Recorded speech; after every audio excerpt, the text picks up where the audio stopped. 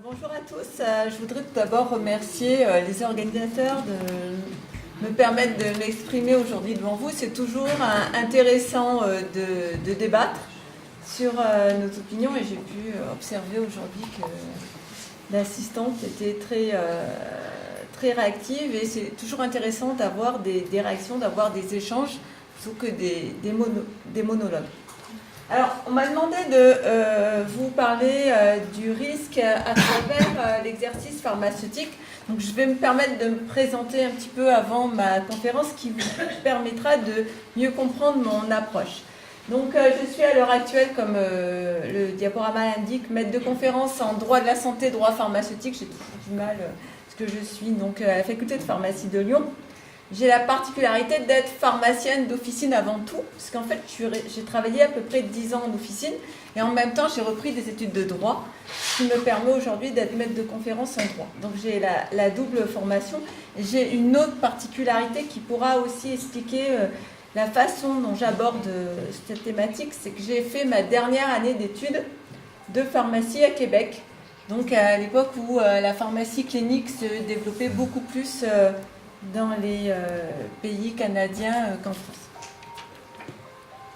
Et pour faire le lien avec la précédente conférence sur l'histoire, donc une petite introduction sur l'histoire de la pharmacie et les textes qui régulent l'exercice pharmaceutique, puisque la pharmacie d'officine est la profession, ou une des professions les plus réglementées, à la fois en Europe et en France, donc avec énormément de textes de loi, de décrets, donc avec notamment le code de déontologie des pharmaciens qui indique finalement la meilleure attitude possible à avoir face aux patients, ce qui n'empêche pas de laisser la place à l'éthique, puisque le texte de droit va indiquer le chemin à suivre, mais que face aux patients et face à un cas clinique complexe, quelquefois on doit faire appel à d'autres valeurs que les valeurs juridiques pour prendre la meilleure décision possible face à un patient. Donc le pharmacien, c'est une profession qui est très réglementée, à la fois hier et aujourd'hui, donc avec une référence, certains diront anecdotique, mais pas tant que ça, sur la loi Le Chapelier et le décret d'Allard, puisque en période révolutionnaire, un vent de liberté a soufflé sur la France avec la volonté de libéraliser, d'ouvrir l'accès aux professions. Et au niveau de la pharmacie, cette tentative de libéralisation n'a duré que 17 jours. Donc on a très vite compris que le pharmacien étant le gardien des poisons, donc il fallait imposer un minimum de règles et de compétences pour justement prévenir les risques, et notamment, sortez sur l'affaire des poisons aussi au niveau... Donc, c'est un intérêt de santé publique. Donc, le pharmacien est le gardien des poisons, le pharmacien d'hier et d'aujourd'hui. Donc, bien évidemment, aujourd'hui, le pharmacien n'est pas seulement le gardien des poisons, c'est aussi le spécialiste des médicaments, mais aussi des autres produits de santé, avec une évolution de la profession à travers l'avènement de la démocratie sanitaire. Notamment, on peut citer la loi du 4 mars 2002, dite loi Kouchner. Il y en a plusieurs lois Kouchner, mais la loi du 4 mars 2002 fait date dans la fin du paternalisme et l'avènement de la démocratie sanitaire, mais aussi l'évolution des soins pharmaceutiques et ce que j'appelle l'éthique clinique. Alors, avec le même problème que le précédent intervenant, c'est que le soin pharmaceutique, c'est une traduction littérale du pharmaceutical care. Et donc, c'est très difficile de trouver le terme exact, parce qu'en France, quand on introduit le mot soin, on fait plutôt référence à l'exercice de la médecine ou aux soins infirmiers, et pas trop, finalement, aux responsabilités pharmaceutiques. Donc, j'utilise la traduction française, mais dans un esprit anglo-saxon. Donc, une profession très réglementée avec une part importante de textes de droit, de déontologie et d'éthique, avec une évolution en perpétuelle, une perpétuelle évolution pour être au plus près de la volonté du patient. Et donc dans cette logique, il m'a apparu intéressant d'aborder la perception du risque à travers finalement deux prismes. Le prisme du pharmacien d'officine, parler d'asymétrie d'information au début de session. Donc la perception du risque que peut avoir un professionnel face au patient, dans le colloque singulier face au patient, et de l'autre côté, essayer de se mettre à la place du patient, parce que même si on est professionnel de santé, à un moment donné, on est un patient, même si on est peut-être quelquefois un patient un peu particulier ou un patient expert. Donc la vision du risque peut avoir le patient de l'autre côté, en fait, du miroir. Alors, la perception du risque du pharmacien d'officine. Alors, tout d'abord, ce pharmacien d'officine a fait un certain nombre d'années d'études, 6, qui lui permet d'avoir une compétence pour détecter le risque à travers l'analyse pharmaceutique. Alors, l'analyse pharmaceutique de l'ordonnance ou de la prescription, ou encore, on parlait d'automédication, l'analyse pharmaceutique de la demande du patient. Et là, même à travers les mots, l'automédication, c'est un terme que j'aime pas trop, parce que ça peut exister aussi, mais l'automédication en France est quand même limitée, puisqu'on est obligé d'aller dans une pharmacie pour acheter un médicament. Donc, le patient, alors c'est une perception personnelle, donc après, je suis prête à débattre. Alors, l'automédication, c'est vraiment le patient qui ouvre son amour à pharmacie, qui sert son conseil. C'est ma vision des choses. Si on pousse la porte d'une pharmacie, normalement, le pharmacien donc, doit poser des questions et s'assurer que le patient ne prend pas des risques pour sa santé. J'ai rajouté normalement. Je suis tout à fait lucide sur ce qui se passe. Plusieurs visions des choses. Quoi qu'il en soit, la loi donc, dite HPST, donc du 21 juillet 2009, alors, vu l'historique de la profession, à mon sens, c'est relativement tard, mais c'est une date symbolique pour la profession pharmaceutique. En 2009, la loi reconnaît la notion de conseil pharmaceutique. Donc la loi du 4 mars 2002, donc la loi du 4 mars 2002 avec l'avènement de la démocratie sanitaire impose un devoir d'information à l'ensemble des professionnels de santé, donc c'est formulé de manière générale. La loi dite HPST consacre une partie de ces dispositions au devoir de conseil du pharmacien d'officine. Et là, on rentre dans la modernité avec une notion d'analyse de perception du risque et de conseil du pharmacien face aux patients qui demandent des informations éventuellement sur les risques. Donc, lorsque vous rentrez dans une pharmacie, on va dire, avec une prescription ou une ordonnance, la première étape, c'est l'analyse pharmaceutique pour détecter le risque et ensuite le conseil du patient. Alors dans le code de la santé publique, un seul article, pourtant il est de plus en plus gros, hein, c'est pas comme le code du travail, mais presque. Donc on a un code de la santé publique qui est de plus en plus lourd, et un seul article dans tout le code de la santé publique qui traite du conseil pharmaceutique et de la dispensation pharmaceutique.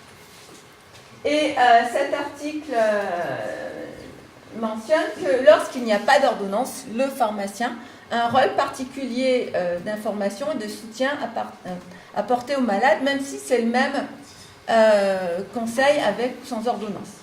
Donc, suite à cette analyse, le pharmacien pourra décider de délivrer ou pas le traitement en fonction de son analyse. Alors là aussi, un seul article dans le code de déontologie des pharmaciens qui précise que le pharmacien a non seulement le droit de refuser la délivrance, mais aussi le devoir de la refuser. Avec petite erreur linguistique, parce que le texte parle de refus de dispenser. La dispensation, finalement, c'est la valeur ajoutée pharmaceutique, donc c'est plus un refus de délivrance, parce qu'il y aura quand même l'analyse. Donc, lorsque le pharmacien estime que le patient pourrait se mettre en danger par la prise d'un médicament, le pharmacien a le droit, et même le devoir, de dire non. Alors, lorsque c'est le patient qui rentrent dans la pharmacie pour avoir des conseils, on peut proposer une note thérapeutique. C'est plus compliqué lorsqu'on a affaire à une ordonnance. Parce que le pharmacien ne peut pas modifier l'ordonnance sans l'accord du prescripteur. Par contre, au regard des textes, cette possibilité qu'a le pharmacien de refuser une délivrance doit toujours se baser sur l'intérêt du patient et non sur la conscience professionnelle du pharmacien. Alors, il y a eu quelques débats, quelques mois sur ce débat sur la clause de conscience des pharmaciens, d'autant plus que dans d'autres pays européens où l'euthanasie est reconnue, les pharmaciens ont la possibilité de refuser de délivrer du pain total ou un médicament qui pourrait servir à un suicide assisté. En France, on est vraiment sur la notion de refus pour la santé du patient. Par contre, le pharmacien n'a pas à démontrer l'existence d'un effet indésirable. Sa perception du risque, son sentiment qu'il pourrait y avoir un risque peut suffire à justifier son attitude. Alors, une fois qu'on a refusé de délivrer, qu'on s'est fait entendre auprès du patient, la difficulté, c'est qu'est-ce qu'il faut faire? Donc là, le code de déontologie n'est pas d'un grand secours. Notre code de déontologie date de 1995. On travaille toujours sur des textes qui ne sont pas forcément en adéquation avec l'évolution de la société. Parce que si on regarde notre code de déontologie, l'attitude à avoir, c'est on marque sur l'ordonnance qu'on n'est pas d'accord, on rend l'ordonnance au patient et on dit au patient, maintenant vous retournez voir votre médecin. En pratique, ce serait assez difficile. Donc en pratique, on utilise soit le téléphone, soit les courriels. Le courriel a l'avantage d'avoir une certaine traçabilité des échanges. Donc en pratique, le pharmacien qui ne peut pas modifier l'ordonnance va prendre contact avec le prescripteur et exprimer ses risques face à une autre conscience, à un autre professionnel de santé qui est indépendant. Et là, le pharmacien va essayer de négocier ou de faire valoir son point de vue. Ce que j'appelle la modification concertée de l'ordonnance. La recherche du consensus. Parler de recherche de consensus, là, en pratique, le pharmacien doit s'efforcer de faire entendre son point de vue, ce qui n'est pas toujours facile, c'est une discussion comme une autre. Et à la suite de ce processus, alors quelquefois, le pharmacien va se trouver face à un dilemme éthique, ce que j'appelle le dilemme éthique, et là on voit les limites des textes juridiques, c'est-à-dire que le pharmacien a une crainte par rapport au traitement, il ne peut pas modifier l'ordonnance, le médecin considère que c'est le traitement le plus approprié pour son patient, le médecin connaît très bien son patient, le pharmacien n'a pas forcément accès à toutes les informations. Mais n'empêche que pour avoir été sur le terrain, délivrer un traitement avec la peur au ventre, je recommande ça à personne et dans la mesure du possible, j'ai toujours évité de faire. Par contre, quand on a une ordonnance, par exemple, d'antibiotiques pour un enfant, on considère que l'antibiotique est contre-indiqué pour un enfant. On téléphone au médecin, le médecin dit c'est une septicémie, c'est quelque chose de très grave, je prends le risque d'utiliser un médicament assez puissant. Donc là, le pharmacien va se poser la question. Si je délivre, je sais qu'on prend un risque et j'aurai mal au ventre, mais si je ne délivre pas, laisser repartir un patient sans rien, c'est encore plus dangereux. Et on ne peut pas se permettre de marquer sur l'ordonnance, de rendre l'ordonnance aux parents qui sont déjà catastrophés parce qu'ils ont un enfant dans un état de santé préoccupant. Et ce qui rajoute à la difficulté, c'est que ce processus prend plusieurs minutes. Ça peut prendre jusqu'à 30 minutes, voire 3/4 d'heure.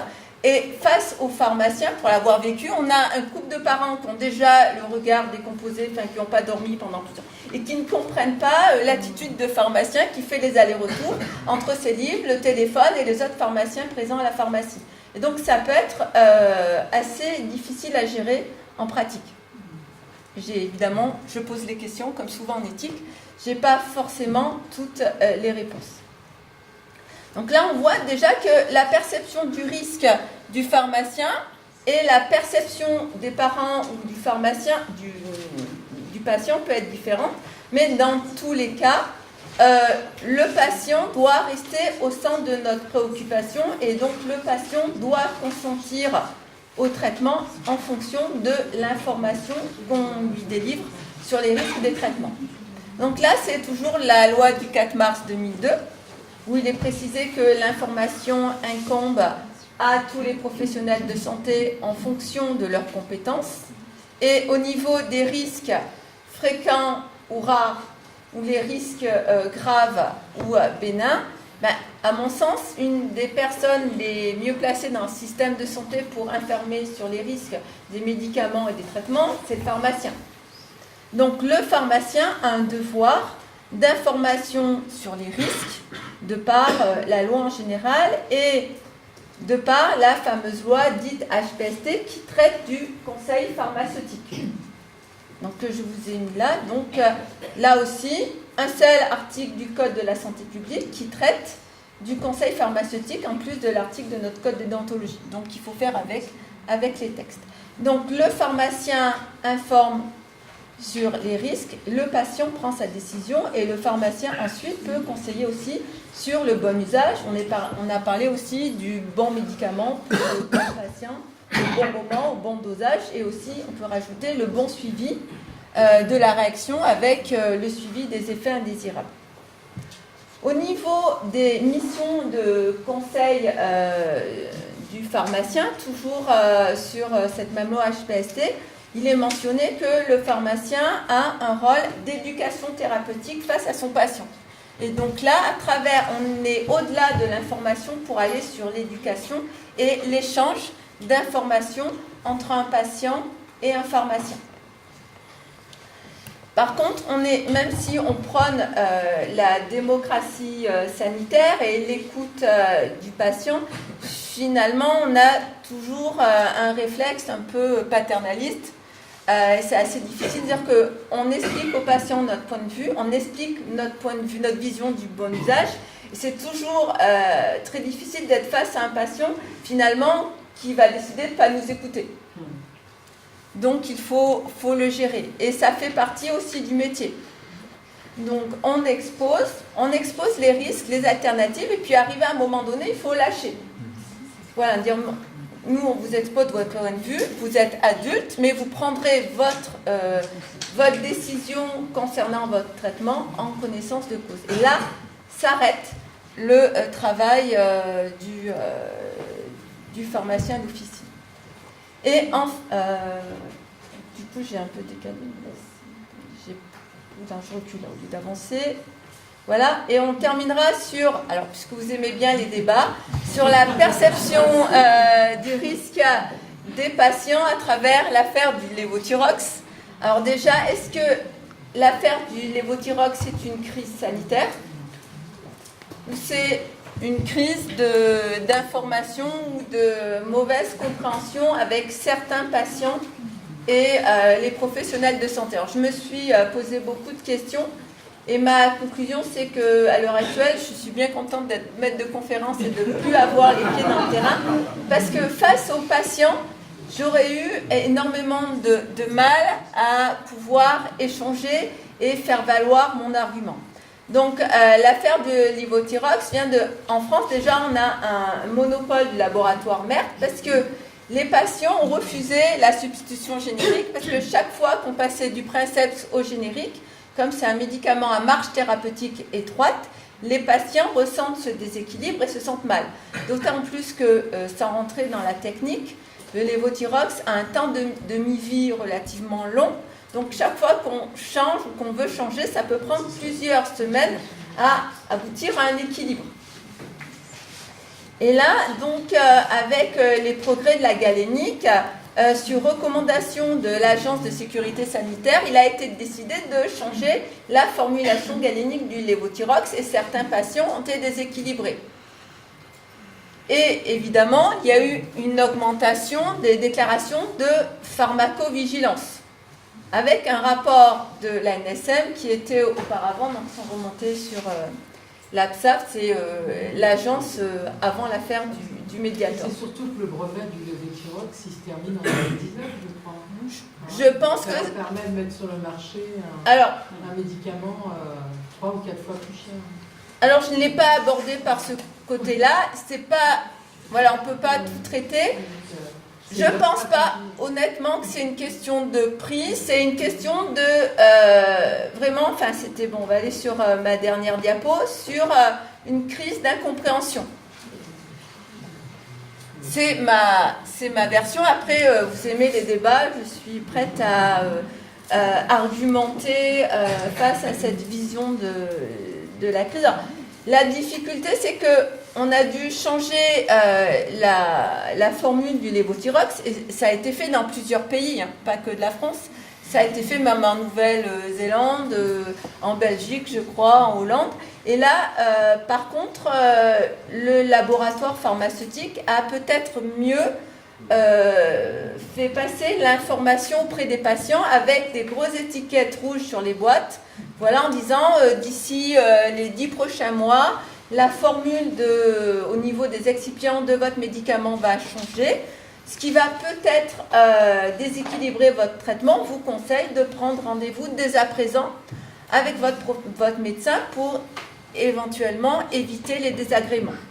En France, finalement, ce qu'on ressent, c'est que les patients ont été mis devant le fait accompli. Alors certes, les pharmaciens ont reçu les lettres d'information de la NSM et certains ont prévenu les patients du changement de la posologie, mais peut-être un peu trop tard.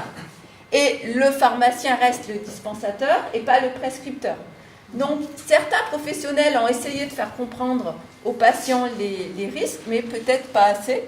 Donc, on critique les laboratoires, mais peut-être aussi le pharmacien n'a pas joué son rôle correctement. Et là, on a l'archétype de l'affaire où il y a une difficulté, une perception du risque différente du pharmacien et du patient. Parce qu'en tant que pharmacienne, j'aurais plutôt tendance à dire la nouvelle formulation est plus stable et donc plus sûre, donc c'est reconnu par tout le monde. Certes, le fait de changer la galénique, même si on ne change pas le principe actif chez certains patients, pas tous, ça peut induire un déséquilibre. Il faut refaire des analyses, échanger la dose et attendre quelques semaines. Voilà. C'est ma version professionnelle de santé. Je sais que pour en avoir parlé à certains patients ou certaines personnes que j'ai rencontrées dans ma vie privée, ce n'est pas une réponse qui permet de les calmer. C'est pour ça que je dis très lâchement, heureusement que maintenant je suis maître de conférence et que je ne suis plus tous les jours dans une pharmacie parce que j'aurais été très embêtée pour trouver le meilleur échange possible. Et en conclusion, dans ces cas cliniques que j'appellerais complexes, où on voit finalement que le droit, la déontologie, le droit dans le sens texte de loi, mais aussi les règlements et la déontologie ne suffit pas toujours à trouver la meilleure solution, finalement, la méthodologie éthique, l'éthique clinique qui favorise, qui met à disposition des outils pour obtenir un consensus, ça peut être un outil à développer pour éviter les crises d'incompréhension dans un colloque singulier. Alors, peut-être pas au niveau des pouvoirs politiques, mais en tout cas sur des différents de terrain, c'est-à-dire ou des visions opposées. Voilà sur ma conclusion, et l'éthique clinique est un nouvel outil pour favoriser un meilleur dialogue dans la perception du risque.